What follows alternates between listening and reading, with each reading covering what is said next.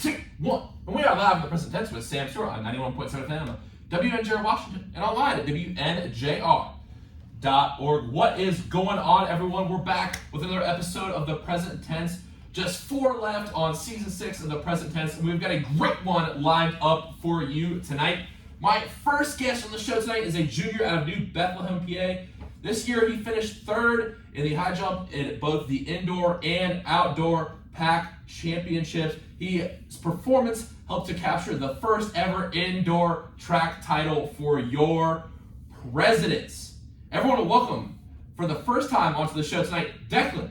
Fricko. Declan, how are you doing tonight? I'm good, Sam. How are you? I'm doing great. Excited to have you on the show tonight. Talk some about track, talk some about life as well. And my next guest on the show tonight is a junior from Beaver Falls, PA. He returns after joining episode 76 of the present tense last fall. He was a key component in this year's indoor title run and the pack indoor MVP. He also captured his 3rd long jump title this past weekend at the outdoor pack championship. Everyone, welcome back on the show tonight. Nate, Sciarro. Nate, how you doing tonight? I'm good, man. How are you? I'm doing good. Excited to talk to y'all tonight. So, Declan, since this is your first time on the show, I'll hit you with a question first.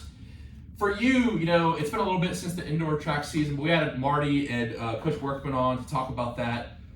What was it like when the trophy was raised and you realized that you were part of the first ever indoor track and field team to win at WNJ? What was that experience like for you?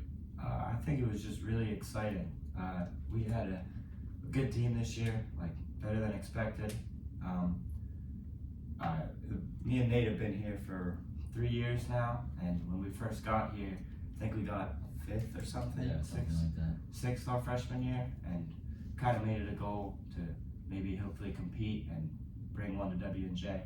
Just felt like a good culmination of our efforts. That's awesome. And Nate, for you, what was it like to see all that effort culminated in a successful victory, not only individually but as a team?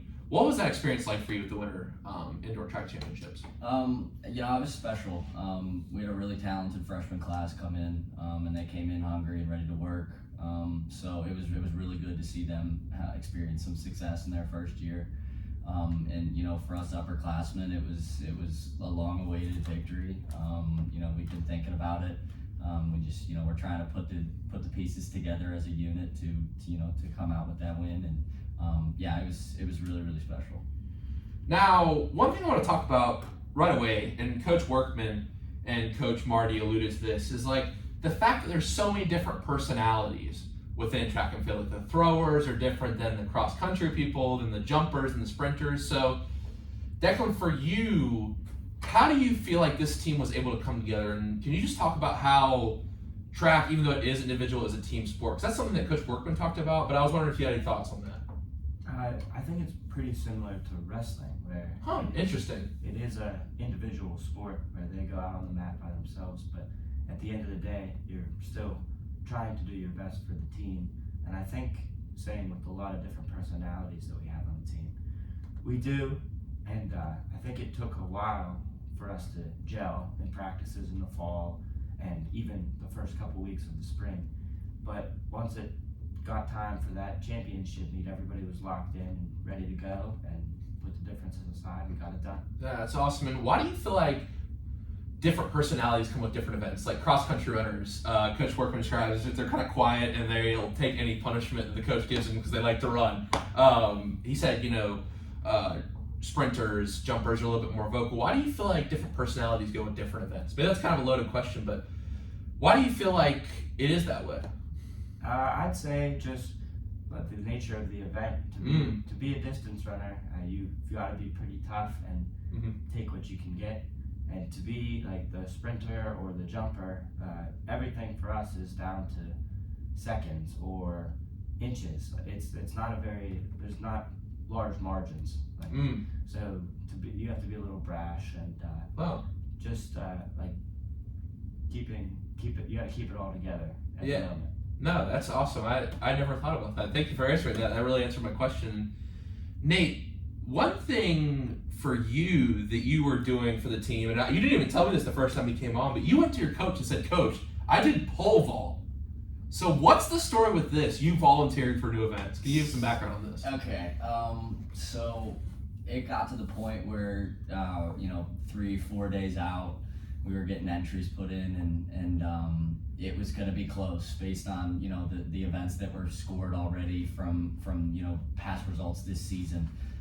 So they put out that preseason ranking and everything, and it was within 1 or 2 points. So at that point, I basically volunteered to do anything else possible to score another point or two, to kind of give us the advantage or a little bit of breathing room at that point. But yeah, I've done it once. I did it in a JV meet in my sophomore year of high school when I lived in Chicago, and I kind of just grabbed the pole that day, and I was like, I'm gonna try it, whatever. I ended up clearing like 9'6" or whatever it was. But when it came down to the pack meet,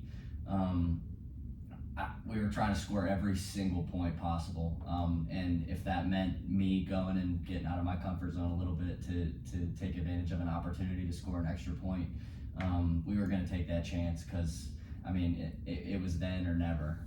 So that was kind of how that went down with that whole situation. Kind of just went off on a limb and said we're going to try it and see what happens. If we score, we score. If we don't, we don't. And it was I had fun doing it. So no, that's awesome. And one thing I want to ask you guys both about is your consistency. Like Declan, you've had a lot of finishes in the top 3. We were just talking about the show before the show. Nate, you've won the long jump 3 years in a row. Like, for you guys, where do you feel like your consistency comes from? What the sort of things you do in your routine and your training to establish that consistency? Because it's really admirable throughout both of your careers. And Nate, I'll go to you first. It's all mental, especially as mental as the distance events and those long sprints, 400, 800, as mental as those are.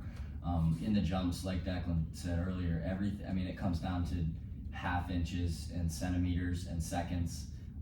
So in a scenario like mine and his, those jumps we're an inch away from where we're supposed to be in our run up or in our approach or anything. The whole jump goes haywire, and you kind of have to work on the fly to fix it mid attempt. So it's all mental. So if you can, as physical as the sport is, you gotta bear the weight of pounding and all the contacts on the track. What really separates competitors is that mental edge. Okay. And if you can really hang in and focus on the moment and get things done, I feel like that's the biggest thing. No, that's awesome. And Declan, for you, where do you feel like your consistency comes from? I'd agree with Nate with the mental.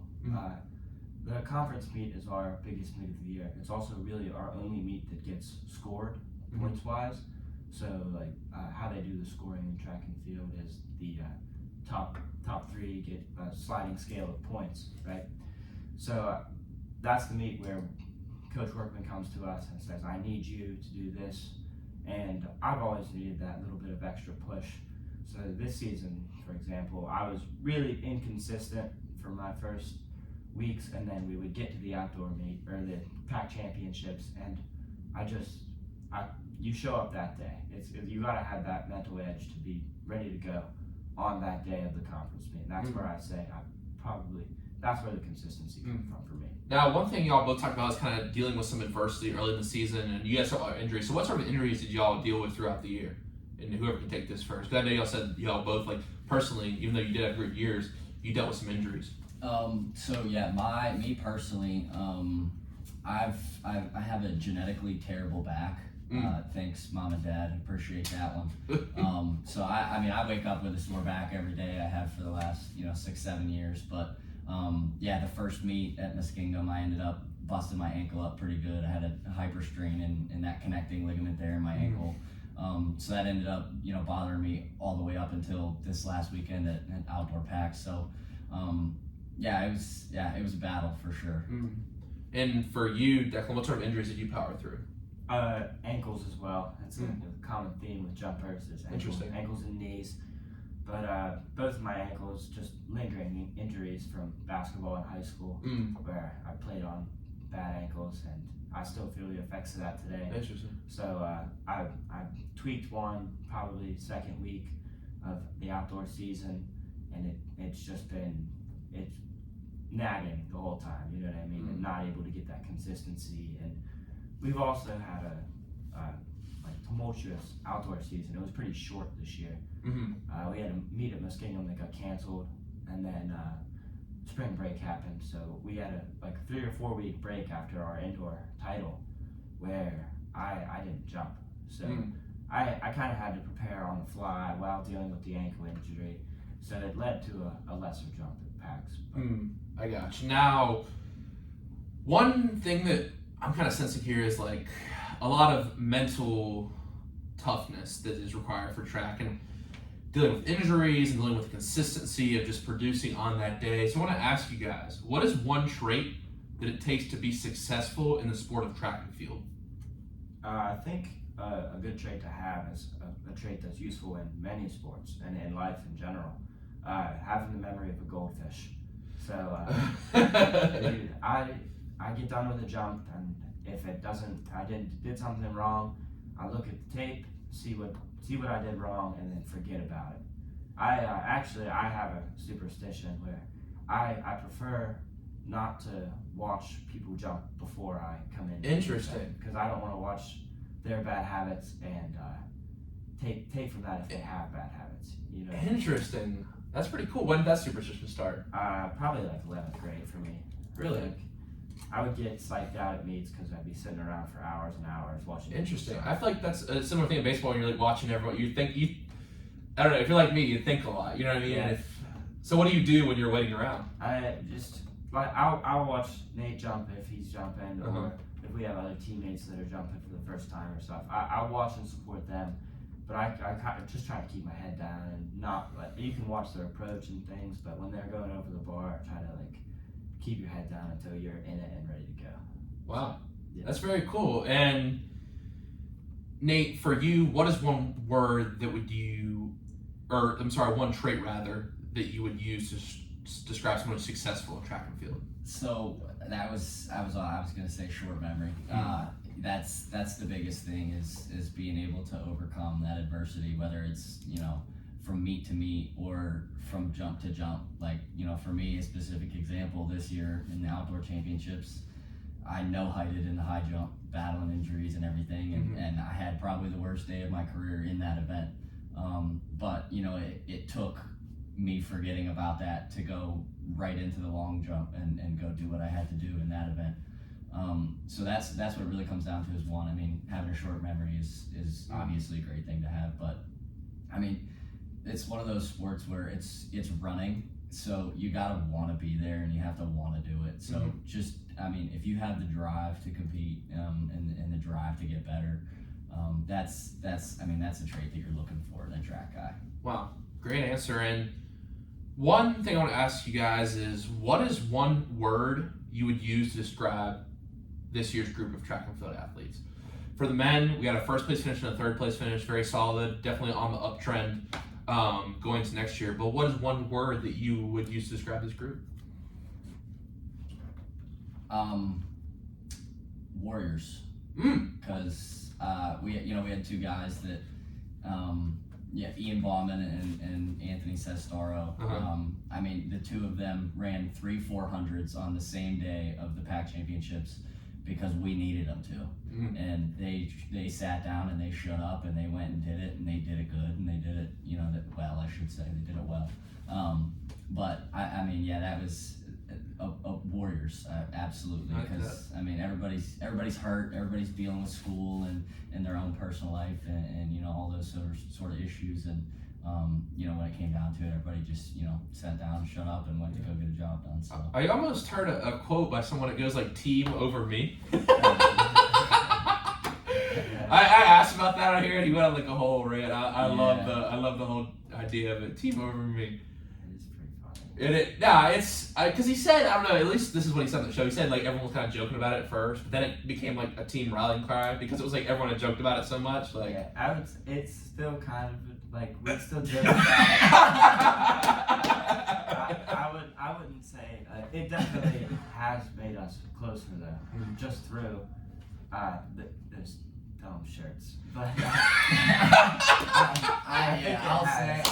I'm all for Tom. I don't think I've ever worn the shirt in public. I'm a full Tom supporter though. I am as well. Team It's hard. There you go. There you go. What word would you use, Declan? I'd probably say determined. Our freshman class this year was really strong. We had some big personalities like Anthony and Carson Klein.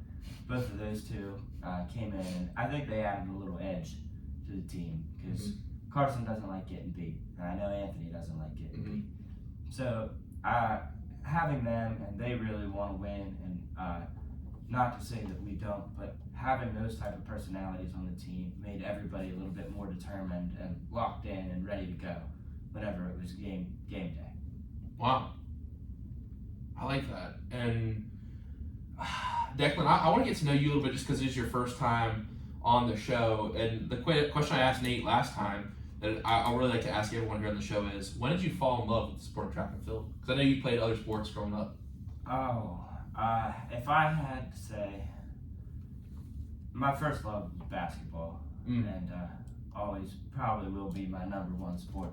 But I'm better at track and field than I am at basketball. So my dad was my high school track coach. Oh, wow. So from the time I was in about 5th grade or so, I was at track practices. I had to help with our invitational, my high school invitational every year. I still help with the high school invitational. Oh, cool. I just got a text from him today. You're going to be back in time to help? Oh, that's awesome. Yeah, Dad, I'll be there. I'll help. But it's been a long time, probably since elementary school. Wow, that's awesome. And one thing Nate talked about was his journey from Chicago to Pennsylvania to W&J. So why did you choose to come to W&J, Declan? I wanted to do track and field after. We got my senior year was canceled because of COVID. Happened right as soon as we were 2 weeks into practice my senior year, and I was accepted to Temple University actually, and I was gonna go, and then Coach Marty actually sent me a text. We had talked a little, and I didn't really express interest. I was like, maybe I'll go down and visit, and came down. I liked the campus, and I really liked our coaches, so I decided to do it. I'm happy I did. Now, I'm glad you're here as well. And one question that I wanted to ask y'all tonight is, what is the biggest advice you would give to yourself if you could talk to yourself on the first day you moved into the dorm your freshman year? What would you tell yourself? You want that one? Whoever can take it first. Wow. I can go because the funny thing is I ask this question like almost every show, and like it's funny because I can give like multiple answers as I learn more over time. I feel like which is kind of unfair, a little unfair, but I'll say this. I think this is the advice I give myself. It only takes one yes to turn your life around. That's pretty good. It only takes one good event to be remembered for that season. It only takes one yes from someone. Like, if I were to, and things happen the way they're supposed to, but, like, with creative things, with, like, projects, like, I would tell you I'm working on this documentary now, like, books, like, things I want to do, like, the best thing you can keep telling yourself, even though you might get 100 rejections, is it takes one yes. Maybe you're not making connections with people. It only takes one yes to change your life. Like, I was like walking around the club fair, for example. I was like, no. Maybe I should I don't really like any of these clubs. Maybe I should do it. And then I came across WNJR. That was one yes. And then look where we're at now. It's episode 127. So I would say keep going, because you never know, the one moment that will change your life might be right around the corner. And also, those full circle moments where you do get the results are coming, but full circle results sometimes get cut in half in the middle of the circle because people decide to quit. So eventually everything will come full circle. You just can't quit. So that would be my advice. If I had to give advice to myself, I would say progress is rarely linear. So the path from nothing to success is not a straight line. There's going to be ups and downs, and it's never going to be just a straight path and then you're successful. You're gonna have downfalls and issues and like even slight annoyances or whatever. But there's also gonna be those high moments. Right. And it's smart to keep an even keel and remember that you're still on the upward trend. Right, and it's very easy. I think, especially in college sports, you really have a day where it's 3 steps forward. It's oftentimes 2 steps forward, 1 step back, or across multiple days. Like we're in a sport where you play like 40 times like baseball, or a sport like track where you're constantly trying to improve on records and things like that. You're really measured by metrics. So I think, yeah, that's great advice. You can't be frustrated when you get a setback. As my good friend Justin Huss likes to say, a setback is just a setup for a comeback. Yes. Oh my god. And Nate, what about you? I would say it ends. What do you mean by that? So I mean, my dad always talked to me about this when I was in high school, and he was like, there's gonna be a point when, for example, if you go to play basketball in college, there's gonna be a point after your college career that you're gonna be playing rec league and nobody cares. So that's my thing, is like, make the most of the time that you're here, and as much as we love playing sports and everything, we're here to advance ourselves as professionals and get an education and set us up for the future. And that's the big thing for me, is just, I would have told myself, listen, it ends eventually, and you can't waste a single second of it. Because I get to the point, I think your first year, you're like a chicken with your head cut off, trying to figure out like who your friends are, where classes are, and then sophomore year, the sophomore slump is real, at least in my opinion, like in terms of classes and stuff, like because you're not viewed as a freshman where everybody's trying to help you out, but you're not upperclassmen to where like you guys have taken leadership role in the team. Like I don't play a lot, but I feel like I have a good relationship with the young guys and kind of show them around a little bit just from experience. And yeah, that sophomore year is tough, and I think that, but by the time you get to junior year, like look where we're at now, like we're 1 year away, and I'm sure that'll go by fast. You know what I mean? And it's like, it's almost like I wish I could tell everyone who's, I mean, I guess I can right now. It's like, enjoy those years at the beginning because they're stressful, they're crazy, but enjoy it because there's less, I'd say that nervous feeling you get, less of that nervous feeling you get right now of like, what am I going to do after college, that sort of thing. And I think just enjoying that new chapter of life, even though it is scary, because soon you're going to get to our age and you're going to be scared about that new chapter of life. So try to enjoy it no matter where you're at, right here, right when you walk in the dorm room, no matter where it's at, try to enjoy it. It sounds easy. It sounds hard. It's definitely not easy though. So yeah, I think that's great advice. It ends. I would definitely do the same thing. I'm telling myself that. Try to remember that. Yeah, like I mean, I right after the conference championships in outdoor, like last weekend, I sat there and I was like, wow, we got one more left. Like you got one more. You got one more indoor and one more outdoor, and that's it. Like we've been running track for 8-9 years, and playing our sports and everything, and it's gonna come to that point when it all comes to an end, and you gotta take advantage of every single second you got. One thing I think about is, at least I'm not from this area, and I know you guys aren't directly around the area, but I find like the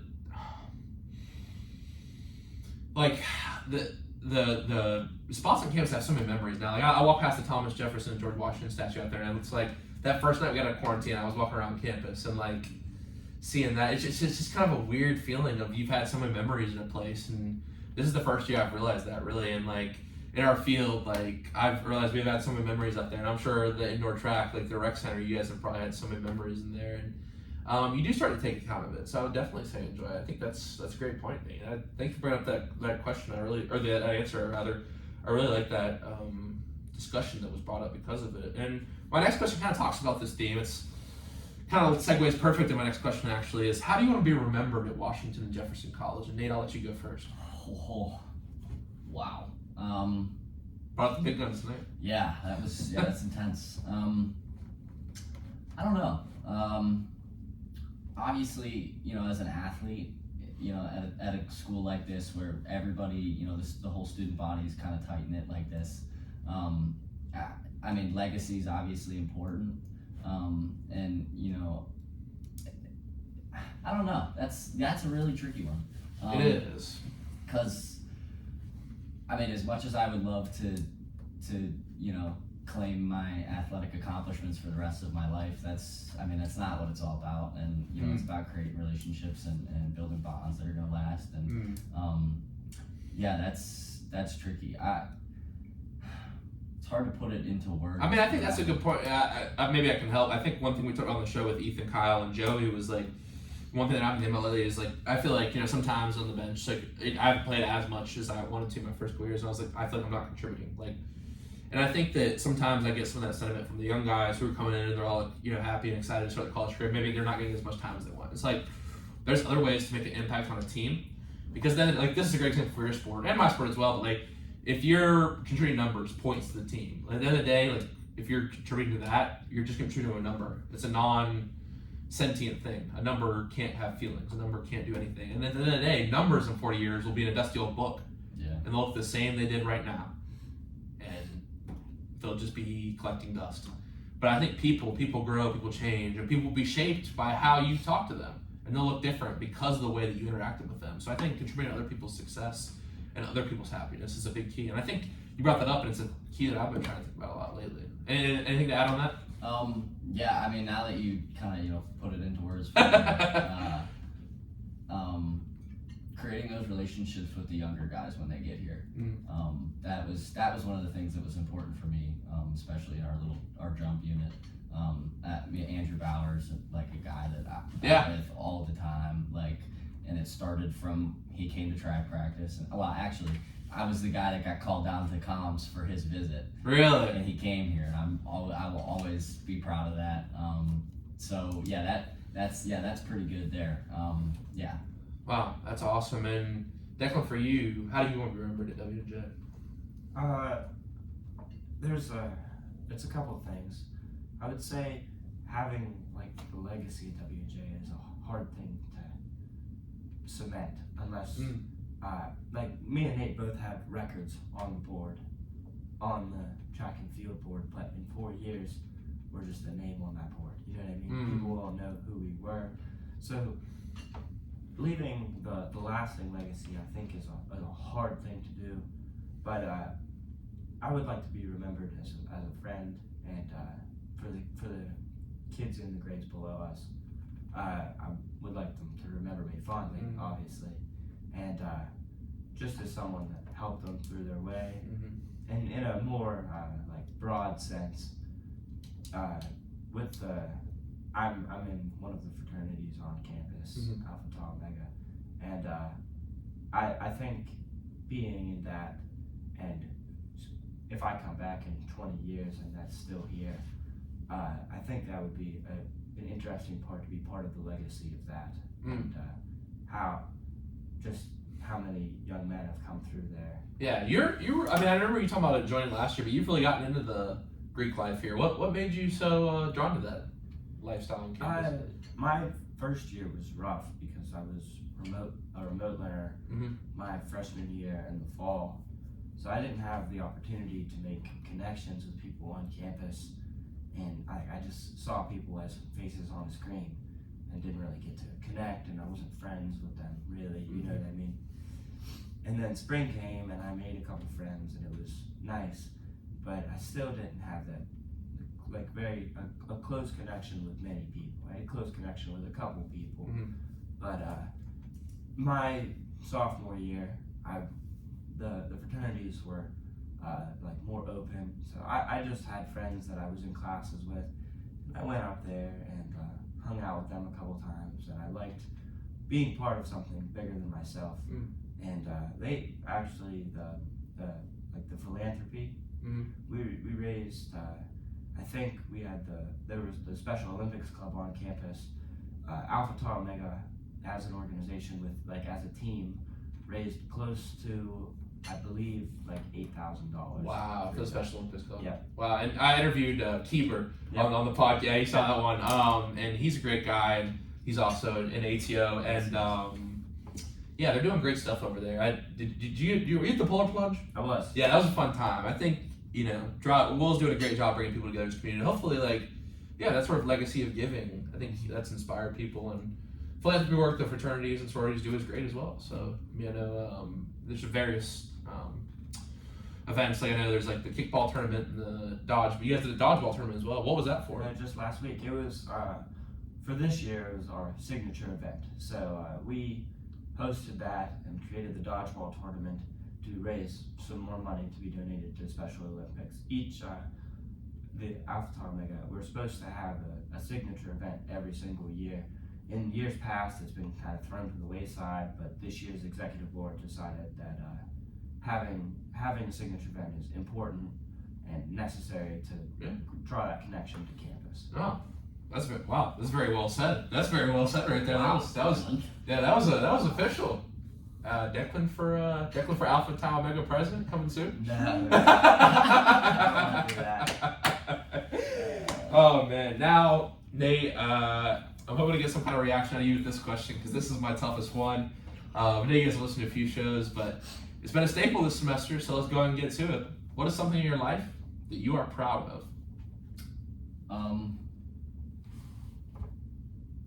My ability to overcome adversity. I don't tell the story a lot, but the move from Chicago to Western PA was not a fluent one, not an expected one.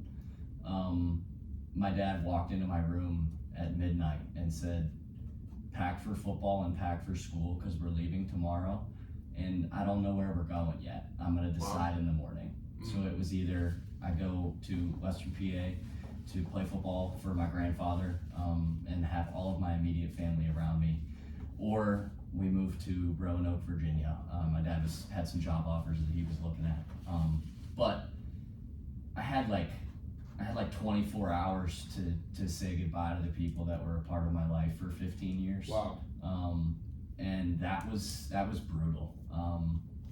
Being that we were all growing up soon and going to do our own thing, like, my best friend's in the Navy, everybody's working and at school and everything. And I would say that changed me. Having to pick up like that and with, the expectations that were on me at that point in time, once we decided where we were moving, I moved in as the football coach's son or grandson. And that comes with expectations, and I couldn't screw up because every single eye was on me because of my last name. How long had your granddad been coaching there for? So my grandfather, who is a member of the Beaver County Sports Hall of Fame. Wow, awesome. He coached at Riverside in the 90s for, I believe, 6 or 7 years, and then went to Chartiers Valley to coach football. And then ended up at Geneva College coaching football, and then retired for a little while, and then came back to coach Riverside football again. So he was there for I would say in total probably right around 30 years he's been coaching high school football. He was a baseball guy growing up. Drafted by the Pirates in '69. Oh wow, that's awesome. And then threw his arm out, went to go. And then decided to go take a full scholarship to Kentucky to play football. Wow. He's very cool. Everybody my middle name's Ronald, and people used to make fun of that, Ronald McDonald. And then it took me a while to realize what it meant and who I was named after. So that's pretty special. I don't know. I've kind of lost my train. Oh no, that's a great story. Thank you for sharing that. Yeah. And Declan, what about you? I would say the thing that I'm most proud of is my siblings. So I'm the oldest of 5 children. So I have 3 younger brothers and a younger sister. And it's just, I would say I'm proud of being the oldest brother. There's a lot of, it's just awesome to watch them grow up and be accomplished young people. My youngest brother's 16 now, and finally just becoming a young man, and it's really I'm very proud of that because I just feel like I've helped them a lot, and will probably be my kind of achievement in life if I had to guess. Wow. The success of my siblings. Wow, you're gonna make me emotional, man. That's thank you for sharing that. That's really powerful stuff.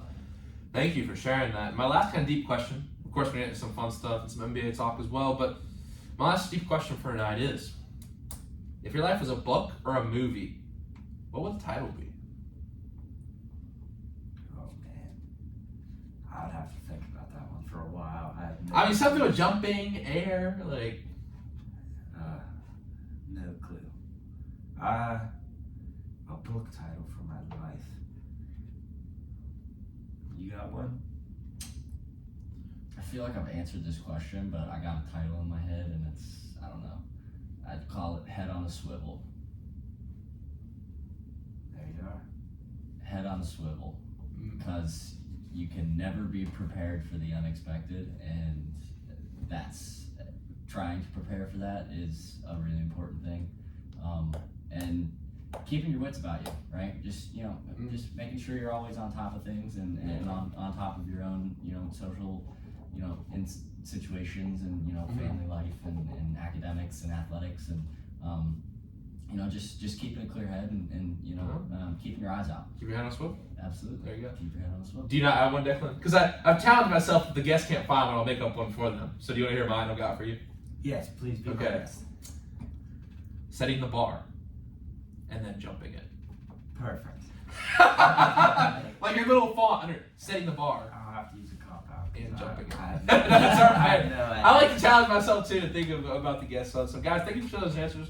Let's get into some fun stuff though. So last time on the show, Nate, you said X was one of your favorite artists. You love it, his sort of chill hip hop vibe, but also he's got the aggressive songs. We'll talk about that. But this is kind of a play off of the music question. If I can hand you concert tickets to any artist right now, dead or alive, front row, middle seat, who would you want to go see? Right this very minute. Yeah, any artist, dead or alive. I mean, as you're an X fan, like you might say that because this show's recovering. Yeah, Juice, maybe. You talking about Juice? I don't know. Right now, okay, I'm sorry. I'm not a country music guy, but like right now, if I had tickets to Morgan Wallen, I'd probably go. He's the hot new name in country, I man. know, but I don't want to use that answer because it's such a typical answer right now. I'd say. What was Mac that? Miller.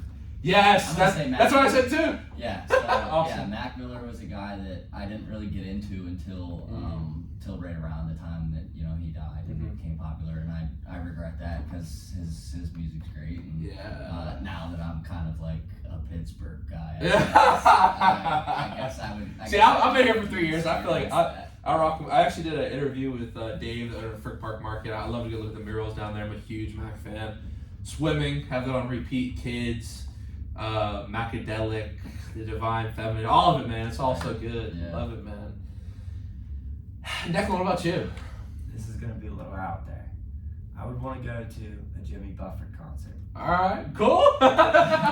Interesting crowd there. That'll be an interesting crowd. Yeah, it would be the best experience. It's a bunch of old, retired people. Yeah, it'd be a vibe. They all just want to have fun and do stupid stuff. That's my crowd. I'd totally be there. There you go. I like that. I did not expect that answer. Great answer. Now, what is something in your life that you haven't got to do yet that you want to do? Oh man. I want to travel. I would say travel is the biggest thing that I haven't done yet. That within the next 5 to 10 years, I'd like to. Bucket list goal for me is to visit 5 of the 7 continents. Wow. At least. Which ones don't you want to visit? It's not. Antarctica I'd say Antarctica and probably I feel like Australia would be cool, but I'm going this summer. that sounds awesome. I have no doubt that it would be cool. But, A lot of things that want to kill you there. yeah, Right. yeah. Sharks, scorpions, Too much. snakes, spiders. Kangaroos. Punch in the face. Yep. Dingoes. Yeah, this goes on and on. All right, cool. So where would you want to travel to? Like if I gave you the money right now, what's one country you want to really go? I go to Italy. Italy. A lot of culture there. I think a lot of people say Italy and Greece for sure. That's dope. Yep. I'm getting into art, so I'd love to see the art there. It'd be cool. Me too. And the food, I'm sure, is good as well. Yeah. What about you, Nate? I was gonna say traveling as well, but I've always wanted to go to Dubai. Oh, that looks so lit. Yeah, the Burj Khalifa would be awesome to experience that, and What's that? The Burj Khalifa? It's the tallest. Oh, that's right. That's right. I knew I'd heard the name somewhere before. And there's I'm a golf guy in my non-track time slots. But yeah, there's a lot of sweet golf courses over in Dubai, and that would be pretty good. Yeah, this has came up on the show a couple times. It's like those people over there have more money than they know what to do with, and they'll put it in investment because definitely more talking about that. But Ronaldo's playing in Dubai, Saudi Arabia. Yeah. I mean, those countries that have this oil, man, like they just that'd be like.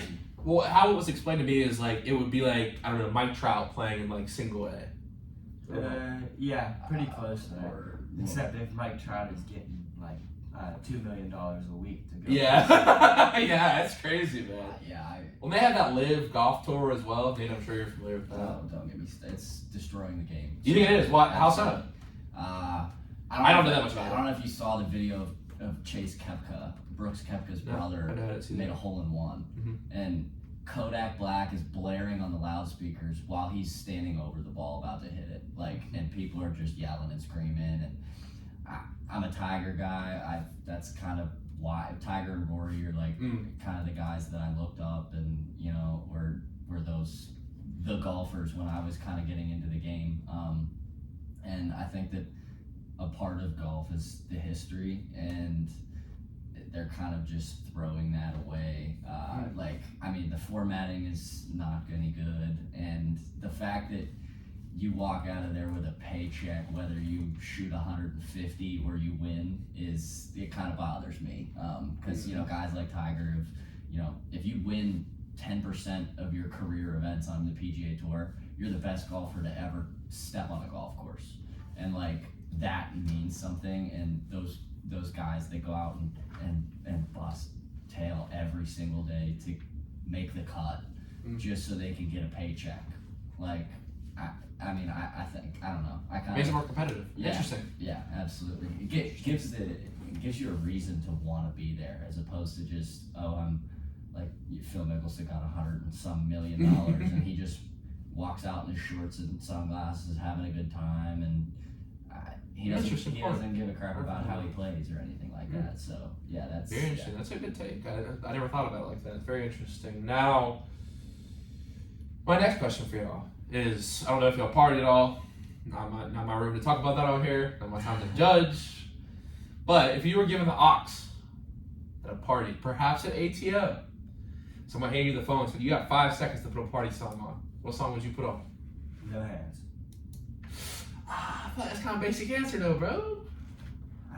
I mean, it's like okay. It works. I got no beef with the song. It's a good song, but I feel like it's overplayed at parties. That's all I'm gonna say. That's fair. I said Elm Street, Jimmy Wapo. Oh my goodness. Or freestyle, Lil Baby. That's a good one too. That's the best. It's provocative. Yeah, it's people going. What would you say, Nate? Man, I don't know. It depends on the mood, but if you're gonna. It's like a rager. You're gonna jump up and down. Oh, okay. A rager. I'm playing Pepas. Oh yeah. Declan used to play it all the time on our floor. Yes, I did. But we'd be jamming. We'd have dance parties in the bathroom on our floor last year. But if we're at the pub, Bohemian Rhapsody it is. Yeah, that's a good one too. Or Fat Bottom Girls. That's the closing song at the pub. Dixieland Delight always gets played at the pub as well. That's another good one. Yeah, it is. Julian. I don't know. You guys know Julian. Well, you guys know Julian. He doesn't know any country. When Dixieland Delight comes on, that whole bar sitting, he's just kind of walking around. You gotta know the words, man. You gotta know the words. Yeah. Oh, that's funny. All right, no, great. Serious. My next question for y'all is: if I gave you $50,000 to start a business, what sort of business would you start with it?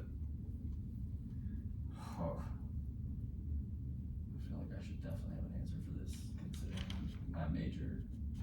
A business, I'm starting with $50,000.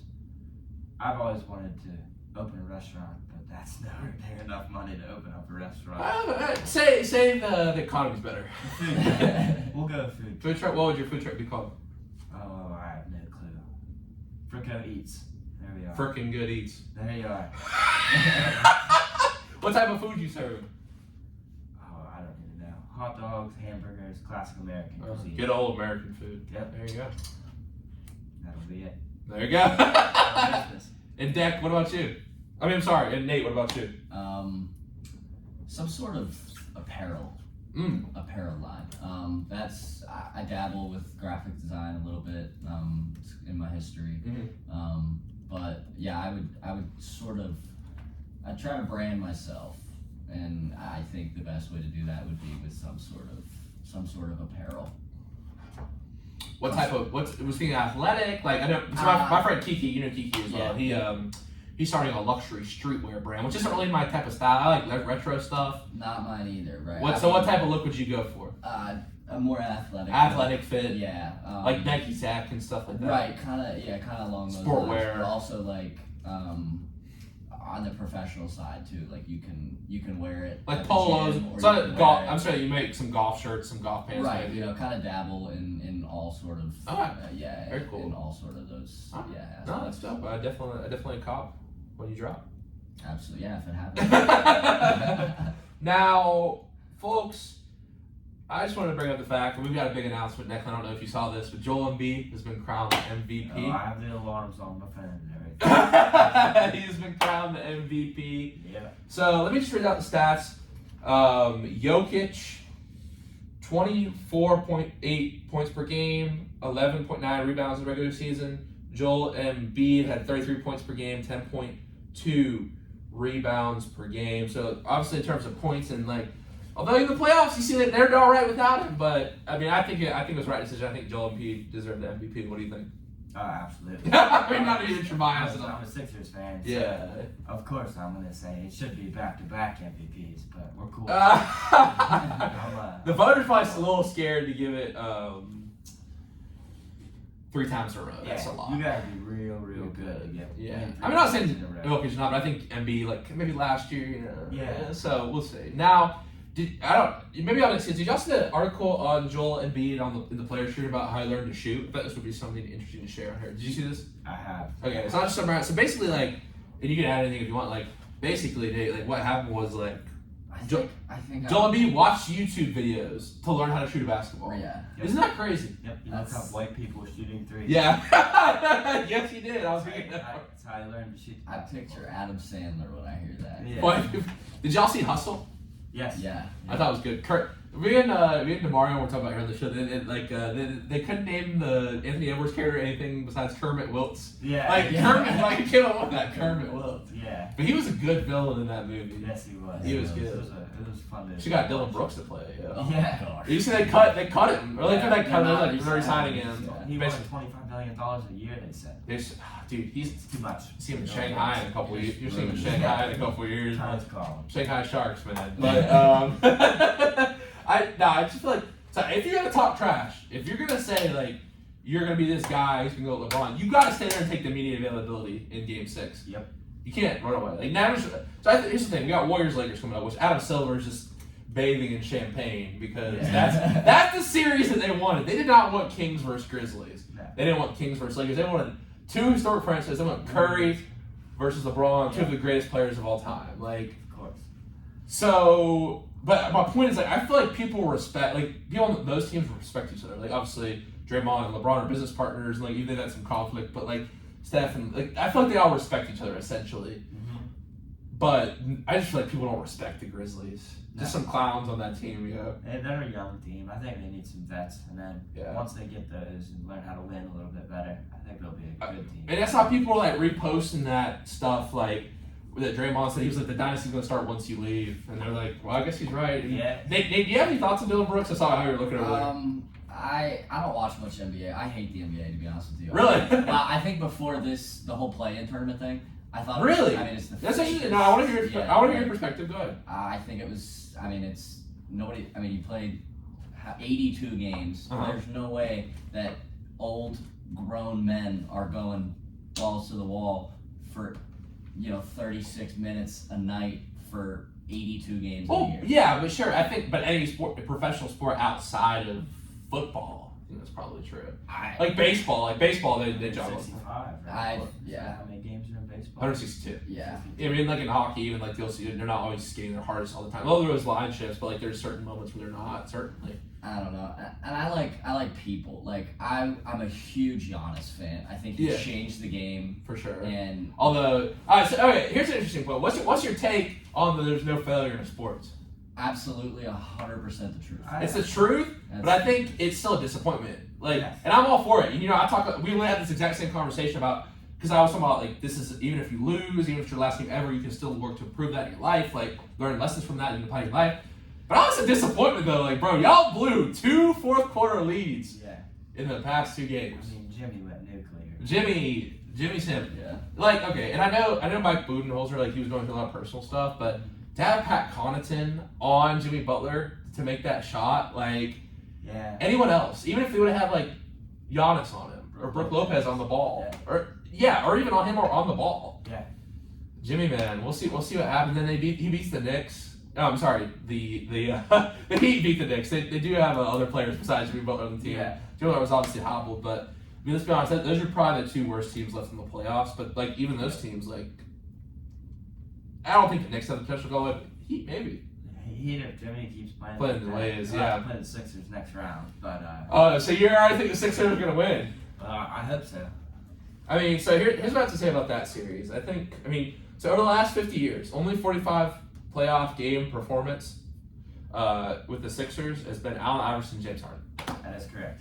Yep. Yes, and man, if James Harden can play this way, I don't think the Celtics have a chance. Just because when Embiid gets back, they're just going to get even better. Oh, yeah, I mean, the Celtics shot 72% in the first half, and they were up 5 or 4 or something at halftime.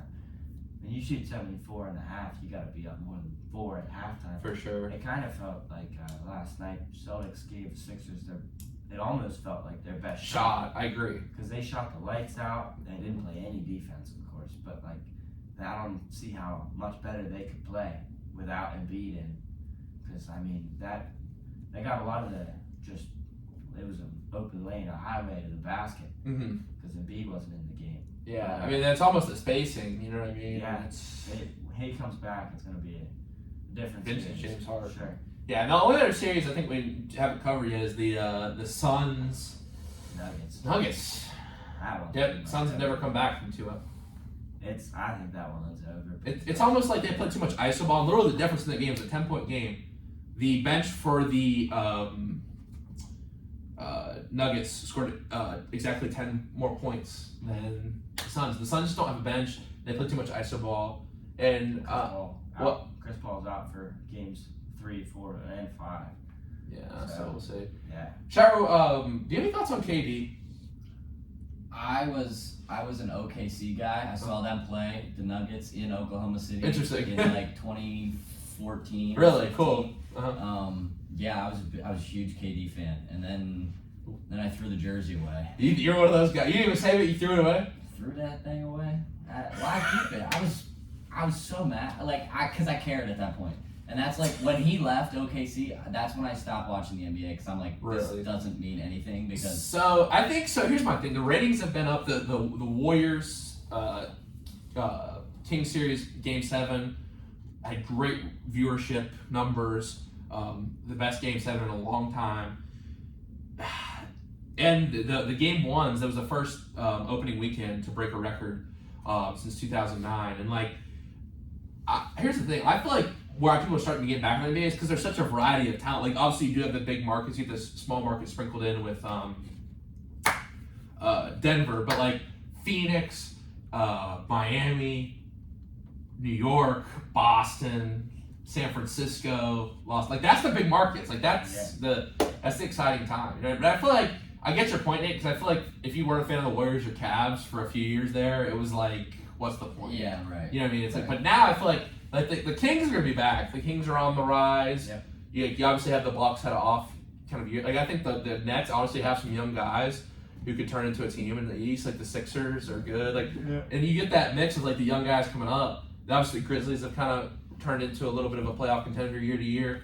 But I think the thing is, if you think about it though, like get the big market teams. Miami, New York, big rivalry. San Francisco, LA, big rivalry. So it's exciting. We'll see what happens. Obviously, game 1 tonight, Warriors Lakers, 10 o'clock. So we'll see what happens. And we got our trivia questions, fellas. We'll go ahead and get to those. Right now, we'll head to break and we'll come back to do a few more questions. Of course, our quote of the day segment as well. So, your trivia questions tonight, of course, how this works is read them before the break. You have time over the break to discuss. So, our 2 trivia questions for tonight. The first question is, compared to its body size, which animal, fish, or bug can jump the highest? Would it be A, dolphin, B, grasshopper, C, flea, or D, kangaroo? And the second question for tonight is, what were the 76ers first called? Was it A, the Nationals, B, the Patriots, C, the Senators, or D, the Congressmen? And we'll get your answer after the break. You're listening to Present Tense on 91.7 FM at WNJR Washington and online at WNJR.org. You got that second one, Deck? Syracuse Nationals. Alright, now I guess you'll know, okay. Alright, I guess let's you'll think know. about this. I was hoping you would say alligator is in that list because they jump freakishly high for their body size. But I say what were the 4 options? It was a You dolphin. said comparatively to their body. So, like, not their body weight, like, how many times, like, how many of themselves could they jump over? Oh, flea. A flea. It's gotta be a flea. Easy money. That's a flea. Yeah, it's Not a grasshopper, are you sure? I'm 100% it's a flea. I actually don't know, but I'm gonna say it's a flea. Okay. Kangaroo, no. Yeah, it's gotta be a flea. My ears are hot. Gotta be a flea. Those headphones will stay in. So we'll come back and do a couple questions and go for our quote of the day. Yeah, no, I'm not gonna lie. You give me the opportunity to watch Caitlin Clark versus Angel Reese, I'm choosing that over an NBA game 10 times out of 10. So what's your whole thoughts on the Angel Reese, Caitlin Clark thing? I think that Angel Reese is cocky, but not too cocky. She's also confident. I like it. I mean, because- Caitlin Clark did the same exact thing. Because you know what? If I'm in that situation and I'm taking down the big dog who is Caitlin Clark, Yeah. who is, I mean, she's a face, she's a name, she's a big personality in women's basketball. And you go take her down, I might throw my ring finger in her Now, face too. But did you see Haley Van Lith is going to LSU? oh, that's gonna be disgusting. That's how many, so that's like gonna Katie be going to the nasty. Warriors. It's like Katie going to the Warriors. I know, but like it's kind of awesome because like nobody's ever really cared about, you know. She's gonna be good. But I mean, yeah. You're gonna be disgusting. Yeah, I mean, because like the fact that the women's March Madness tournament had more viewing than the men's in that. Well, the men's there was no blue bloods this year. After last UNC Duke, like people are gonna watch UNC Duke. People are gonna watch Villanova Duke. People are gonna watch Kansas Duke. People are gonna watch Kansas UNC. I feel like this is a year that all of us are gonna remember forever. Women's basketball. I agree. Because of Caitlin Clark and Angel Reese in that national championship. Because I feel like I was intrigued, just as I was intrigued. as well. I mean, trust me, I've never watched a women's basketball game. I waited for this one to come out. It was good. It was a good game. It was a fantastic game. That's a good point. I'll keep this conversation definitely in the YouTube clip.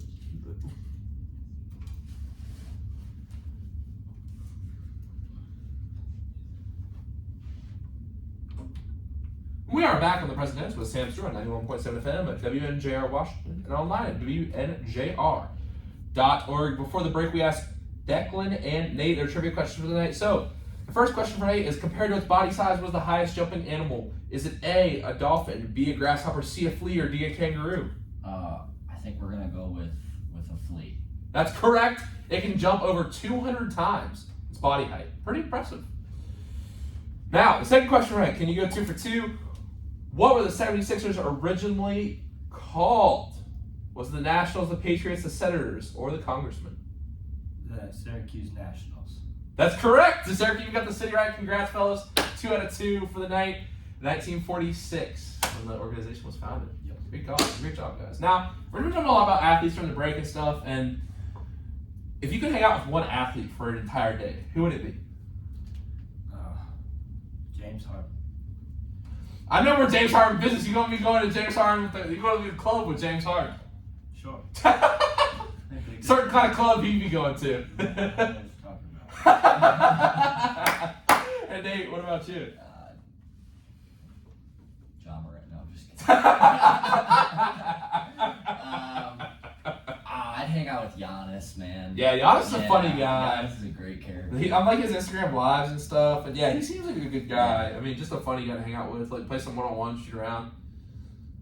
Yeah, I mean, like after he went and he ordered a 50-piece from McDonald's. Yeah. After he scored 50, like that's hilarious. Well, the jokes he makes to his girlfriend too. Yeah, she got on the bell. I can't talk about it, but go watch it. They're hilarious. It's hilarious. No, they're great answers. Now, one kind of more serious question before we kind of head to our final segment here is,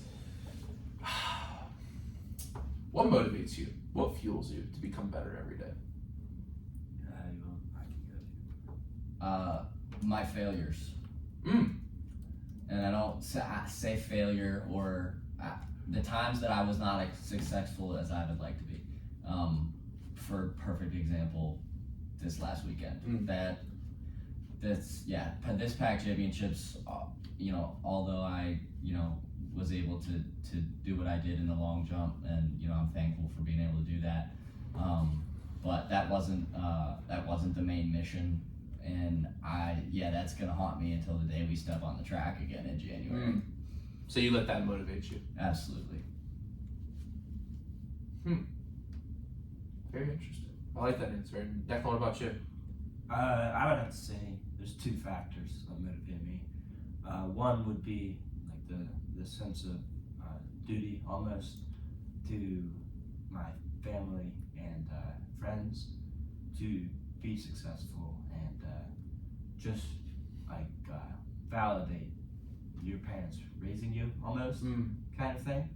And then the internal motivation to just say that like I am a successful person. I think that intrinsic motivation is part of everybody has Right. that. If you're not doing it for you at the end of the day, Yep. who's motivating you? Nobody. You can't. You're not gonna do it if you're not doing it for Yeah. you. And if you're still doing it at this point, that's one of the things about like if you're still doing it 3 years into college, if you're doing it all these years, you still believe in yourself to some degree. So you don't want to let that part of yourself down. Absolutely. Wow.